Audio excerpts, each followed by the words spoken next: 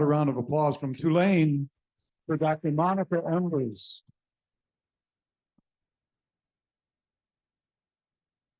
I'm not a researcher or a clinician like all you good question askers, but I know I'm very impressed by the depth and the breadth of the expertise we've got at this summit, for darn sure, from all over the country. And this next presenter was with us live in person in Saranac Lake a year ago for the first of these summits, and he comes to us from his home base at Columbia now. Dr. Brian Fallon, who's the director of the Center for Neuroinflammatory Disorders and Behavioral Medicine and Lyme and Tick-Borne Diseases Research at Columbia.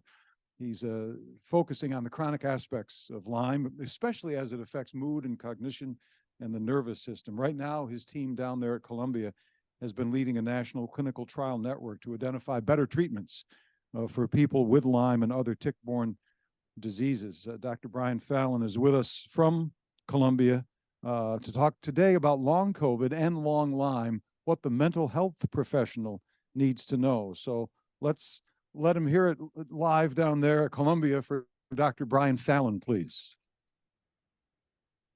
Thank you for that warm welcome. Can you hear me? Yes. Okay, next slide, please.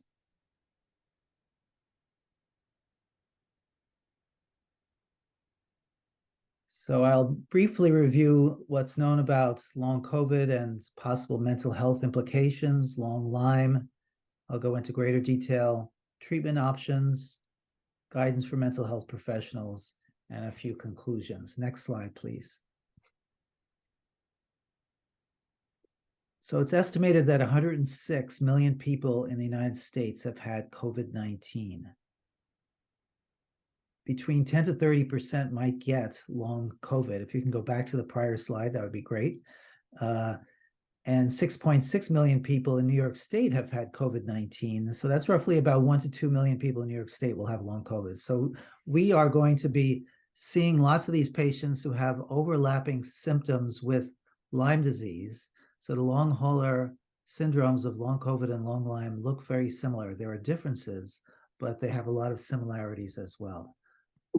Next slide, please. There's no universal case definition for long COVID yet. Basically, it's a lack of return to usual state of health following acute COVID-19. And if it lasts more than 4 weeks, the CDC says that's consistent with long COVID. Other groups use a longer period of time if those persistent symptoms last longer than 12 weeks. That's consistent with long COVID. So depending on how you define it, you'll get larger or lesser number prevalence rates for long COVID. Next slide. So here's a nice picture from Scientific American in 2023 showing some of the core symptoms of long COVID. So there's cardiac symptoms and often neurologic and other symptoms as well. So the cardiac symptoms tend to be prominent palpitations, a racing heartbeat like a prolonged panic attack, chest pain, shortness of breath, exercise intolerance. And if anybody here knows patients who have had myalgic encephalitis, chronic fatigue syndrome, that's ME/CFS, they'll be familiar with this exercise intolerance. It's so basically you're feeling fine one day, you go do normal exercise or normal routine activities, and then you have to be in bed for a week because you have such extreme post-exertional malaise. So patients with long COVID have that, and just like many patients with ME/CFS have it. And the neurologic symptoms that are shared by these long hauler syndromes include mental clouding, brain fog, headaches, lightheadedness, fatigue, muscle weakness, sleep disturbances, chronic pain.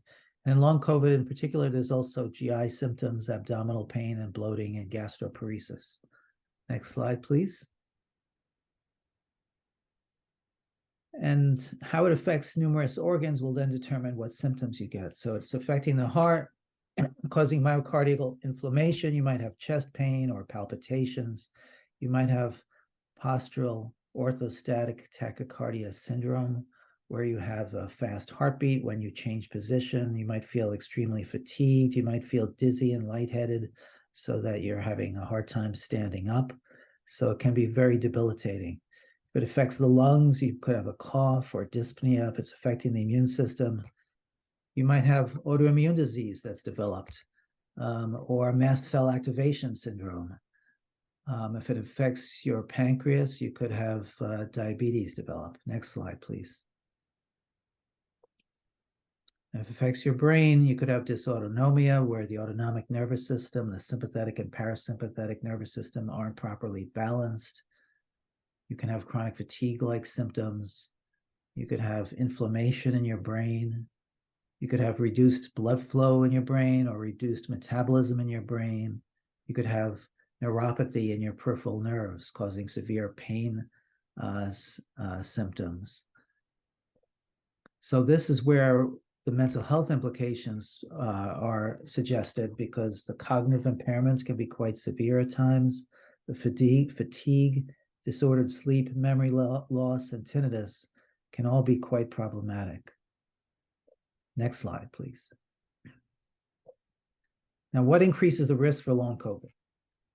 If you've had more severe initial illness, such as being hospitalized versus not being hospitalized.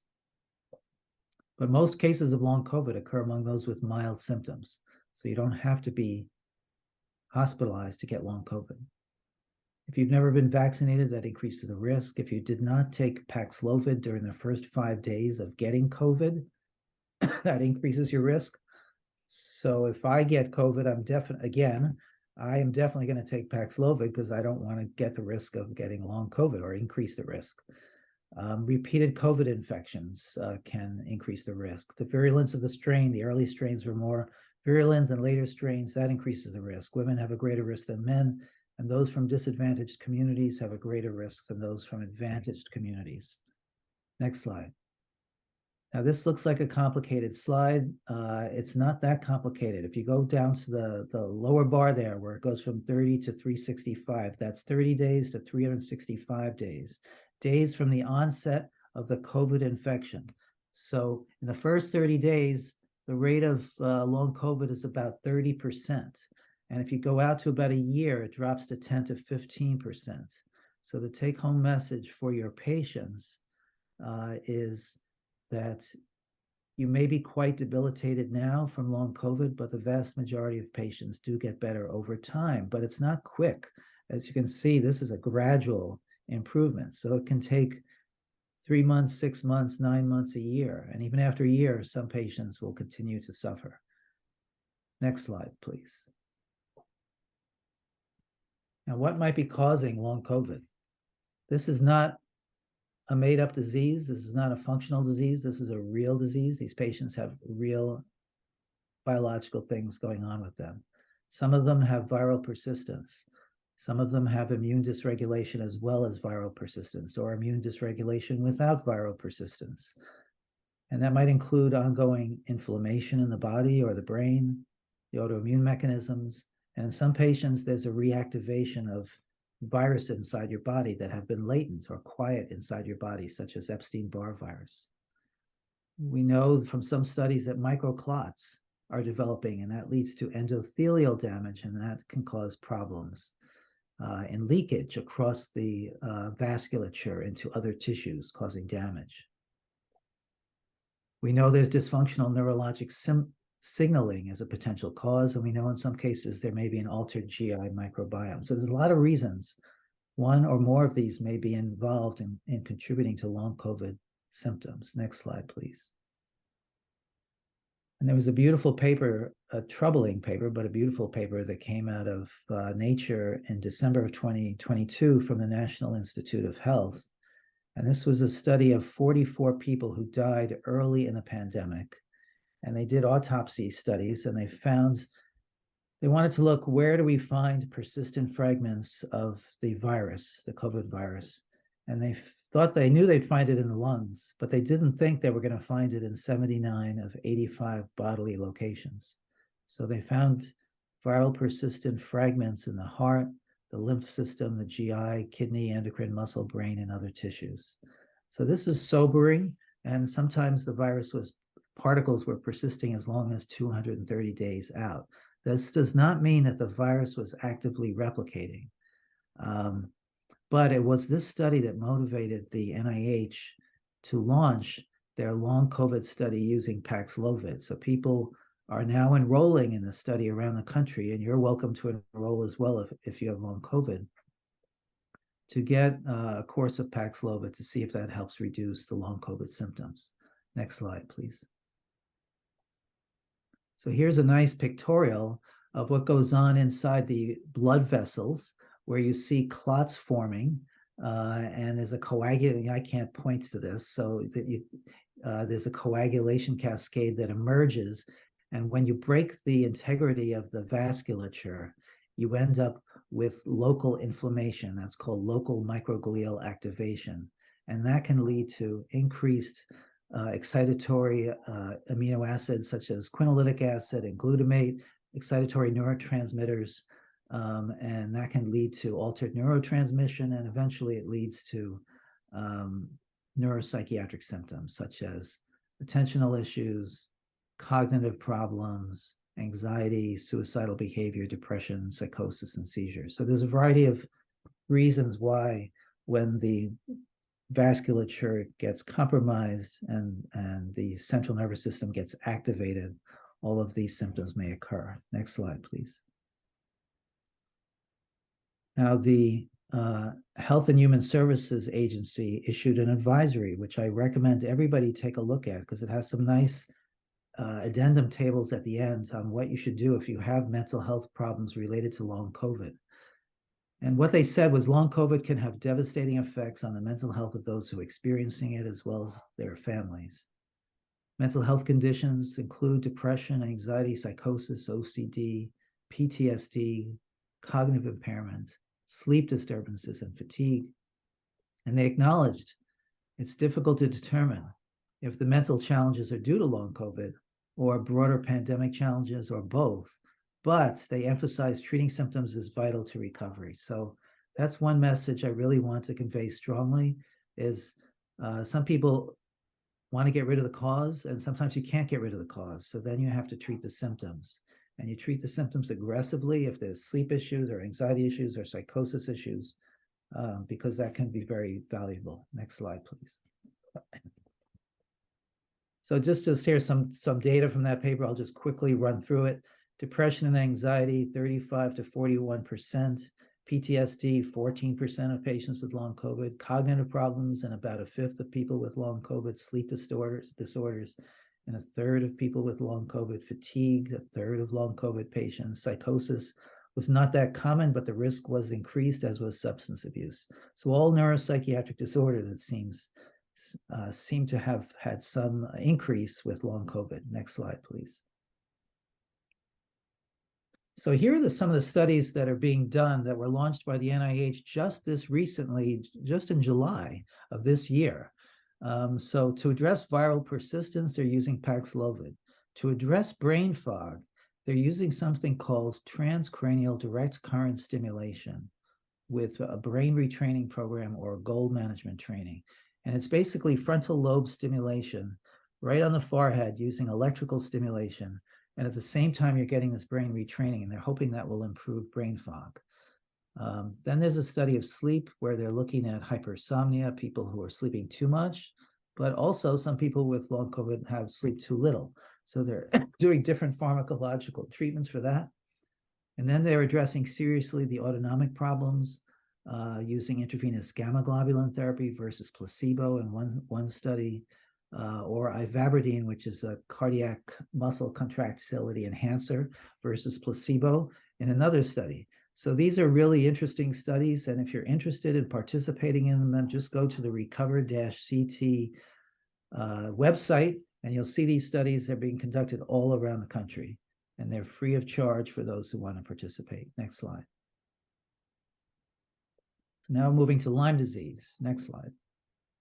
We all know that there are neurologic problems with Lyme disease, most common meningitis, cranial neuritis, and radiculoneuritis. So cranial neuropathy, radicular pains, and meningitis. Sometimes people have a chronic polyneuropathy, which is patchy and multifocal, causing paresthesias or radicular pain. Sometimes they have prominent cognitive issues called encephalopathy.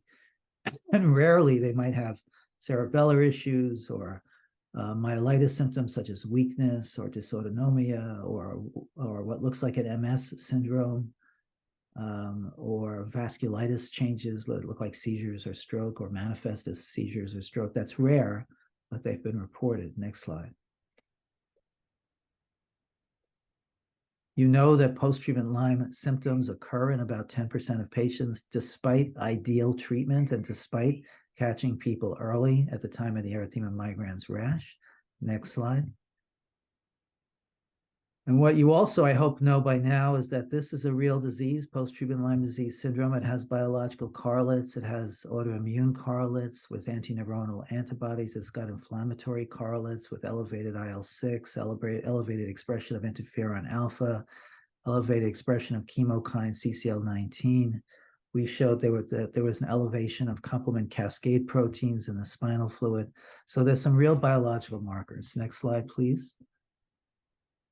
And the bar graph on the left, or the bar on the left and the bar on the far right, the left is post-treatment Lyme syndrome. The bar on the right is systemic lupus erythematosus. And what you see are comparably high levels of antineuronal antibodies, much different than the post-Lyme healthy and much higher than the normal healthy. So that again supports the notion that there are these antineuronal antibodies that have been triggered by the Borrelia infection in these patients. Next slide. So an autoimmune mechanism is at play. And here we show the decreases in blood flow and metabolism seen in the patients with Lyme disease compared to well-matched controls. Next slide. And Dr. Alcott's-Groot at Hopkins has shown, Dr. Coughlin has shown microglia or inflammation in the microglial cells of the brain. Next slide. So in other words, there's lots of reasons why people might have neuropsychiatric symptoms. It could be inflammation, it could be autoimmune, it could be altered neural circuitry, and certainly lots of psychological causes may amplify these biological causes, such as trauma, stressors, and the whole uncertainty about diagnostic tests and treatment. Next slide, please. Cognitive deficits are common. If you take a well-described group of patients with post-treatment Lyme syndrome, 90% will complain of cognitive issues. And if you study those carefully, what are the cognitive problems mainly? It's short-term memory. They just can't remember things like what happened yesterday evening, or in the morning. They have trouble finding the words to say what they want to say, or their brain is just not working properly, so their processing speed is really slow, and they may account for the experience of brain fog. Next slide. Now, rarely you might get these very dramatic cases of Lyme encephalitis. So here is a case of a woman who was out camping with her family in Sweden, and she developed new onset manic psychosis. She was admitted to the ER, then to the psychiatric inpatient unit, and they diagnosed her with bipolar disorder, mania. But then a few days later, she developed severe weakness in her legs, so they called in neurology, and neurology was convinced that this combination of altered brain function and altered leg strength was due to neuroborreliosis, that's neurologic Lyme disease. So they did a spinal tap. The spinal tap was negative, but they were so sure this was neuroborreliosis, they treated her anyway with intravenous antibiotic, and her mania went away, the pain went away, the weakness went away. 2 months later, they repeated the spinal tap, and at that point, it was positive. So the take-home message here is if the spinal fluid is negative to begin with, it still might be neurologic Lyme disease, and so you should treat as if it is. And you might choose to repeat if the patient lets you 8 weeks later to try to confirm it, because early on, the antibodies might be negative. And then here's a patient with a schizophrenia-like disorder who unfortunately was hospitalized for 8 months on a psychiatric unit with severe paranoia and psychosis, hallucinations.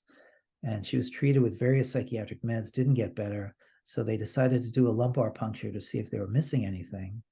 And lo and behold, they detected the neuroborreliosis, the neurologic Lyme. They treated her with intravenous antibiotics. And once again, she got dramatically better like the earlier patients.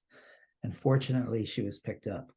So The key point here is that there were no physical symptoms of Lyme disease. There was no reason to think of Lyme disease. The only reason that mental health professionals ordered the lumbar puncture was because she wasn't getting better to standard treatment. So that's what we should do as mental health professionals. If people aren't getting better with our standard treatments, look for another cause, possibly an undetected medical problem. A really good paper came out in Clinical Infectious Disease in 2017, and it showed that 15% of the time, spinal fluid antibody tests may be positive for neurologic Lyme disease, even though the blood tests are negative. And the alternate is also true from another paper from Pat Coyle in the mid-90s. About 15 to 20% of the time, the spinal fluid may be negative when neurologic Lyme disease is in fact present. So next slide, please. Suicidal ideation has been reported as common in some studies. Here it was reported in 1 in 5 patients had suicidal thoughts. That's 20%. And then if you look at only those patients who had moderate or severe depression as opposed to mild depression, 2/3 had suicidal ideation. Next slide. So do people believe this? Do people believe that suicidal issues are part of the Lyme story, or that it gets this bad that people will actually resort to suicide? So I realized a few years ago that a lot of the work on the neuropsychiatric Lyme disease wasn't being believed, and partly because the studies weren't good enough, including some of the studies that I've done, small sample sizes or unclear diagnostic criteria, or people were coming to psychiatric practices or research clinics, so it was biased, the people you were seeing, or there wasn't a good control group. So I thought, how do we resolve these issues? And I thought, well, nobody's going to believe it if I do the study. But if I hire someone else to do the study who has no interest whatsoever in Lyme disease, but who's one of the world's best mental health epidemiologists, let's see what they come up with. So we got a grant with the Global Lyme Alliance, next slide please, to do that study. And the study was done in Denmark over a 22-year period. There were 7 million people in that study, and 12,600 had Lyme disease that led to a hospitalization. And we only included people in that study in the Lyme group who had no prior mental disorder diagnosis before being hospitalized for Lyme disease. And we wanted to see, did those people who got hospitalized for Lyme disease have a higher rate of mental disorders after that hospitalization, such as depressive disorders or suicide attempts and suicide? So Dr. Benrose and his group did it. Next slide. And this is what they found. They found that there was indeed a 30% increase in any mental disorder. That's the orange bar on the left. The green is the people who did not have Lyme disease. 44% increase in depression, affective disorder, a 2-fold increase in suicide attempt, and a 75% increase in suicide. So this should be very troubling to those who aren't familiar with this data, that the rate of suicide attempts was so high in this group. And it's very concerning because death should not be an issue most of the time in Lyme disease. It really shouldn't be, and suicide certainly should not be occurring, but it is in some cases. And so we need to be more vigilant as medical professionals to asking our patients and helping them should they have suicidal thoughts. Next slide, please. And you can go to the next slide. Are these results surprising? Not really, because prior nationwide studies demonstrate that serious infections are associated with an increased rate of mental disorders and suicide. Any serious infection, whether it's a respiratory infection or other bodily infection, that increases inflammation in the body, that increases altered neurotransmission in the brain, it can lead to mental disorders and suicide. And we know that many infections are associated with neuropsychiatric disorders. So this is not surprising, but it's something for us to pay attention to. Next slide, please. So let's say you're wondering, well, when should I really consider Lyme disease in a patient who has mental health issues? Certainly not everybody who comes into your office who's got depression. I don't think about Lyme disease most of the time unless there's reason to think about it. And what's the reason? Poor response to standard mental health treatments, or a person has concomitant multi-system symptoms such as neuropathies, joint pain, migrating arthralgias, marked fatigue, cognitive problems, or It's a history of a mental health disorder that suddenly emerges out of the blue after a viral-like illness or after exposure to a Lyme endemic area. All these would make me wonder about Lyme disease. And on top of that, if there's almost positive or positive serologic tests for Lyme, that would help further. Next slide. So my recommendations are monitor patients for mental health sequelae from Lyme disease, especially during the first year, which is the period of highest risk. Incorporate mental health screening tools in your practice. If you don't know the Columbia Suicide Severity Rating Scale, please take a look at it. It's freely available online. It's very short. It's just 6 questions. And I have an app on my phone that has it, in case someone I'm talking to suddenly starts wondering about suicidal thoughts in that person. I take it out. And what's nice about it is within 5 minutes, you get a rating. Is this person at risk, high risk, moderate risk, or low risk of suicide? And that will help guide you as to what to do. Tell patients about the Suicide Prevention Lifeline, which is fantastic. 988, it's already helps to reduce the rate of suicide around the country. So 988, it's staffed by well-trained people, and include tests for Lyme disease in the medical workup of people with mental illness that's not responding to standard therapies. And you might also consider tests for other neurotropic infections, such as Bartonella Hensley or as Monica Embers suggested, Borrelia miyamotoi. And next slide, please. And that was a great talk, Monica. Okay, infection-associated chronic illness. It's a new term. It's really interesting. There was this phenomenal workshop at the National Academies in Washington, D.C. in June 2023. It was so much fun to be there. It was so interesting. It was, they combined people with expertise in long COVID, post-treatment Lyme disease syndrome, PANS, pediatric autoimmune neuropsychiatric disorders after strep or other infections, ME/CFS, and including Epstein-Barr virus triggered multiple sclerosis. So there's a lot of interest now in infections triggering a range of disorders. And the more we can get together on fighting these disorders together, I think the greater the progress and the faster the progress will be. And everybody agreed on that. Next slide, please. Next slide, please. So the potential therapy that you use for long hauler syndromes needs to be guided by what you think the underlying mechanism is. So if you think there's persistent infection, obviously you're going to want to do additional antimicrobial therapy.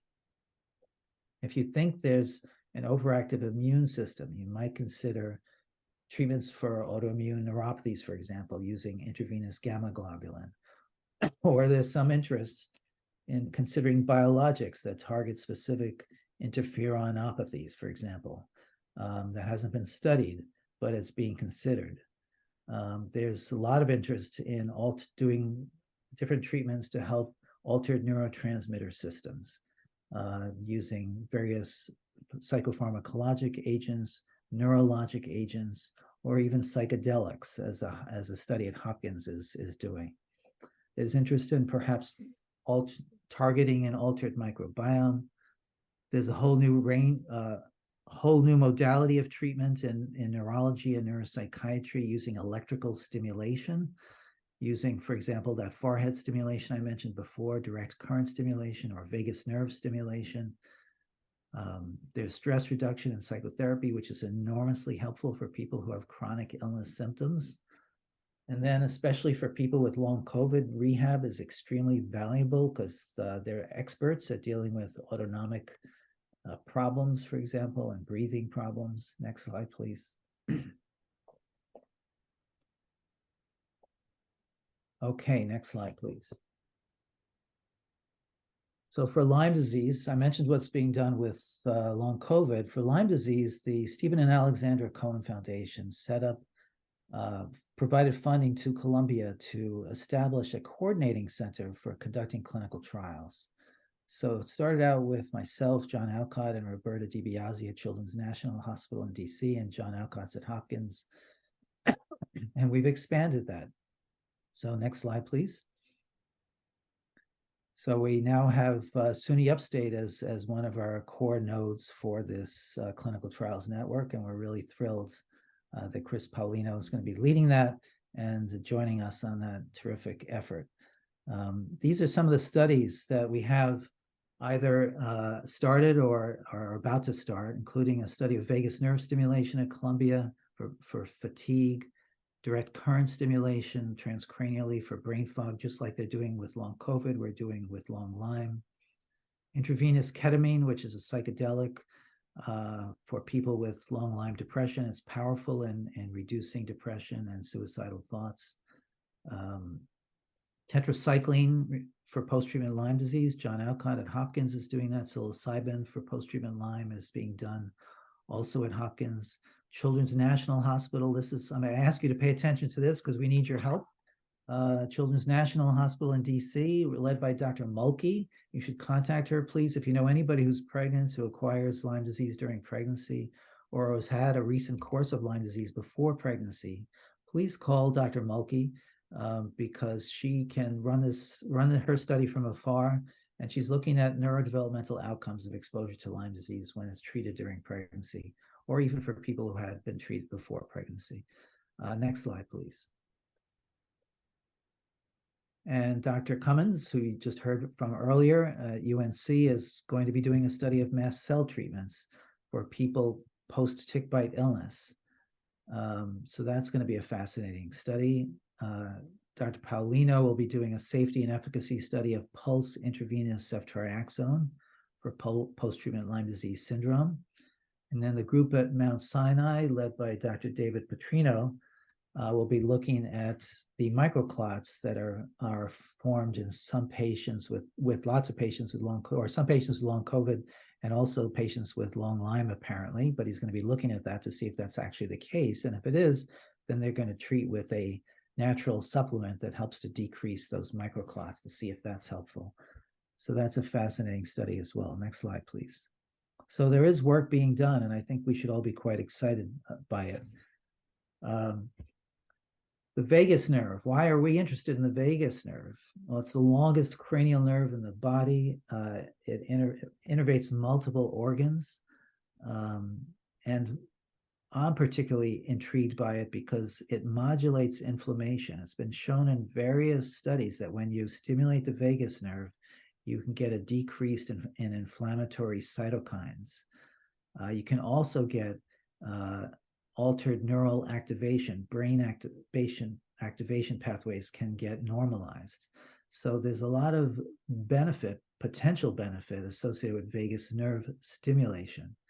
And as you may know, vagus nerve stimulation is approved for the treatment of epilepsy, depression, migraines, and even rehabilitation from stroke, because it increases neuroplasticity and leads to enhanced recovery among patients who get strokes.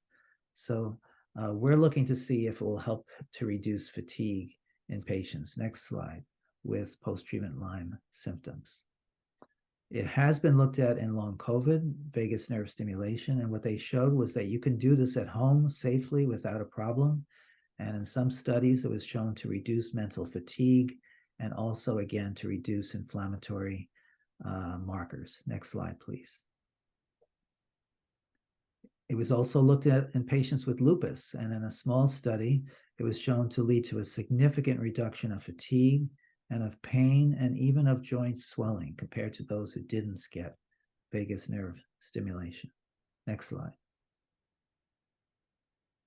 Now, how do you treat brain fog? Well, that's a challenging thing to do, and I mentioned transcranial direct current stimulation at the bottom of this slide. We did a study of repeated IV ceftriaxone for Lyme encephalopathy, and it did lead to a modest but not sustained improvement in cognition. So even though it did help, because it wasn't sustained, it was not thought to be a useful treatment. Pharmacological approaches for long COVID are being tried. There's one study of guanfacine and N-acetylcysteine reported out of Yale. That may be an approach. I don't know. We'll see. Next slide, please. And here's a study in MS patients where they showed that processing speed increased with brain stimulation on the forehead, the TDCS approach. Next slide, please. So these are my last few slides. Identify the mechanism. Is it persistent infection or is it post-infectious? That's what you need to do when you're thinking about treatment choices. And I highly recommend focusing on what's bothering the patient the most. If they're not sleeping, help them sleep. Get them to work on their sleep hygiene. Give them medications that might help them sleep. If you're sleeping better, you're going to have less pain during the day, and your cognition will be better during the day, and your mood will be better. Provide standard mental health treatment. Some patients avoid standard mental health treatment because they want to treat the underlying cause, and I understand that. But sometimes after it's trying to treat the underlying cause, you still have depression, you still have severe anxiety. It could be that the infection triggered that, and you can no longer address it with antibiotics, but rather you need to use standard mental health treatments. I know that can be helpful because I've seen it as helpful in my patients. And certainly look at some of the new studies that are being offered by our clinical trials network. You can go to our website, which is Columbia. It's limectn.org, limectn, clinicaltrialsnetwork.org. You can go to that website and see what we're doing and participate in the study if you wish, and if you're eligible. Or you can go to the NIH's Recover CT website. Next slide, please. So what did we learn from Lyme over all these years of working with it?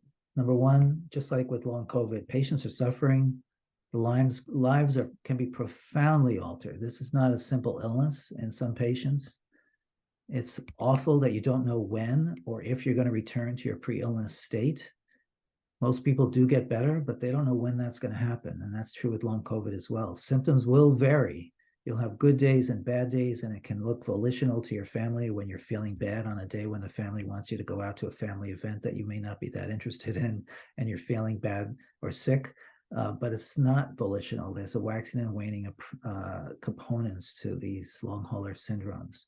And the social isolation that occurs is terrible at times. That can occur because of light sensitivity or sound sensitivity or profound fatigue or brain fog or pain.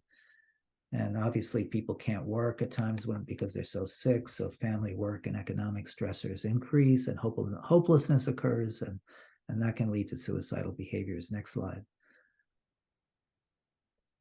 So here's a doctor saying the bad news is you have Lyme disease. The good news is I don't believe in that disease, so you're fine. I know many of you have seen this slide before, but it certainly shows the unhappy patient and the self-satisfied doctor. And it's a sad story that this is still happening throughout the United States. Next slide, please. Invalidation can be extraordinarily traumatic to the patient. Sometimes patients say that's the worst part of the illness for me, is the invalidation that I've experienced. Doctors may turn patients away because evidence-based treatments are not yet available, or the presentation is too complex for a 30-minute evaluation, or the concomitant neuropsychiatric symptoms makes the clinician think it's all psychological, or the clinician feels hopeless about being able to help the patients. These are all real reasons doctors turn patients away. Next slide, please. What clinicians forget sometimes is that there's tremendous value to simply listening, validating, and offering encouragement and respect, and most importantly, acknowledging uncertainty and being willing to accompany the patient on the journey. So even if you're not sure whether this treatment is going to work that you're willing to try to help. Next slide. So mental health professionals, just remember, it can help in so many ways, supporting the primary care docs, the infectious disease docs, the neurologists, supporting the patient and validating the experience, providing symptom-based therapies, helping them navigate the healthcare system, helping the patient to maintain hope. Please assess for suicidality. I can't emphasize that enough. Encourage the patient to return to the medical doctor for an additional evaluation. And if they don't like the doctor, tell them to find another doctor.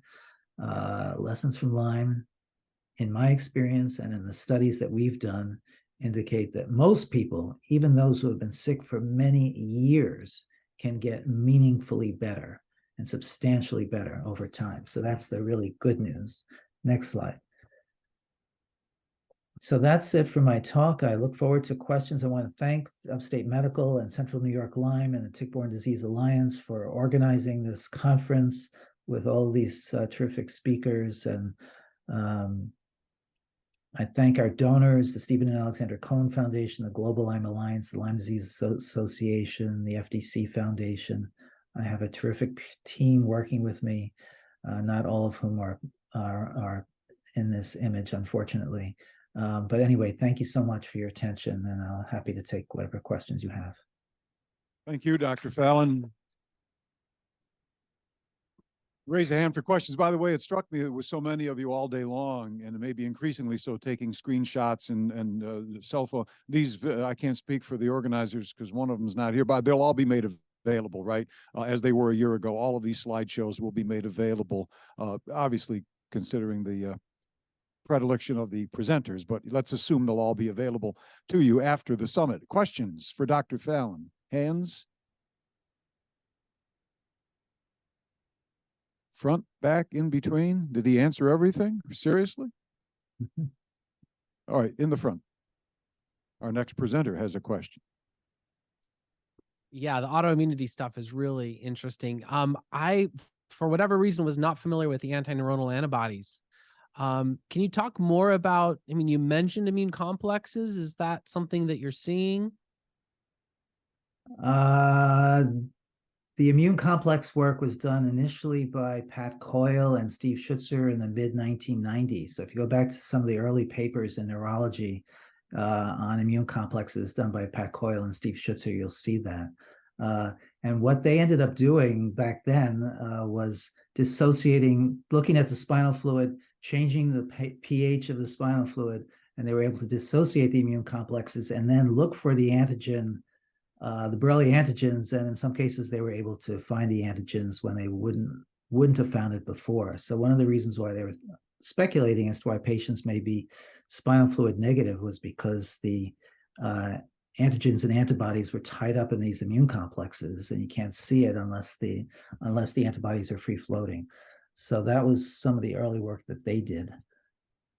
And then the work on the autoimmune anti-neuronal antibodies was done by Armin Aladini at Columbia, and he was looking at antibodies that are reacting against, I believe it was human brain tissue at the time. So it was interesting work. Who else has a question? Right, back row, yep. Hi, forgive me if you did mention this, but I've been reading some reports where sudden onset of psychiatric disorders or psychiatric symptoms actually, and that were unresponsive to usual treatment, were tested and found to have Lyme or other infections. And once they were treated with appropriate antibiotics, their psychiatric symptoms resolved. Yeah, I mean, there is, I'll just go back a little bit on that. There's a syndrome that was identified in the 1990s by Susan Sweeto at the National Institute of Mental Health.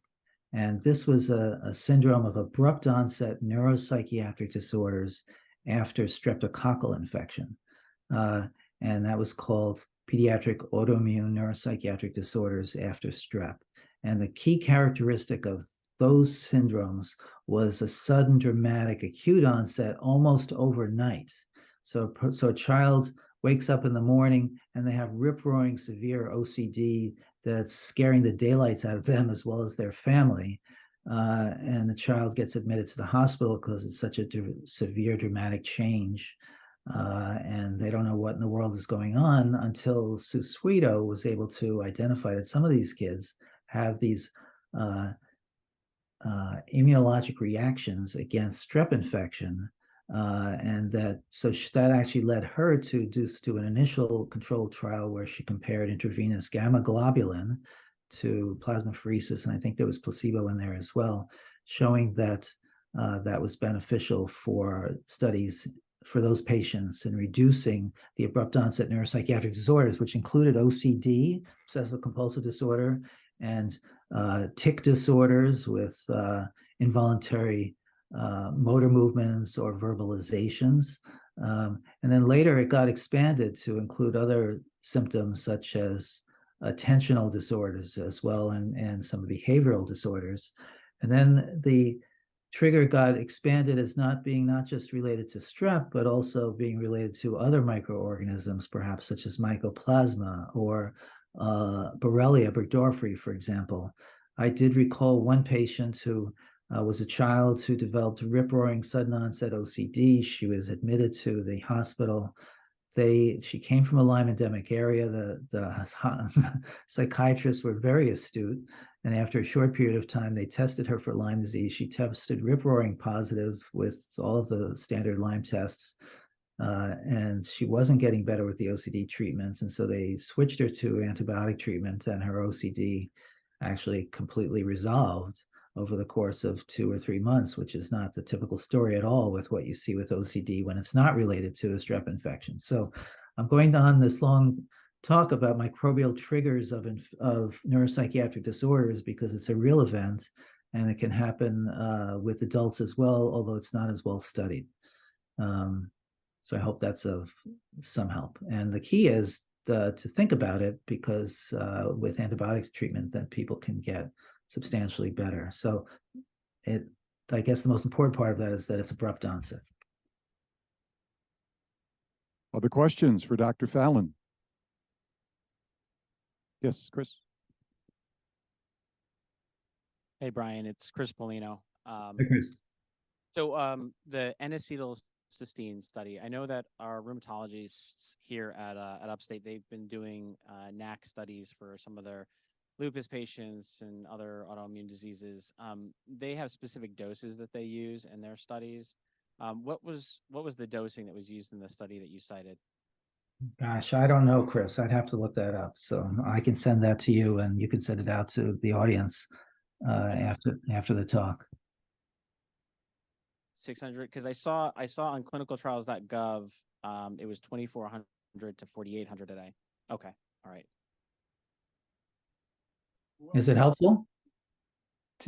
For our rheumatologists, they seem to benefit, and I've actually used it in some of our kind of chronic Lyme patients, and they've seen some benefit in both the fatigue and a little bit in the pain as well. So, No, that's great. Thank you. Out there, and no Zoomers coming in over there? No? No more hands up? How about another hand for Dr. Fallon then, in New York? Thank you. Thank you, sir. Okay.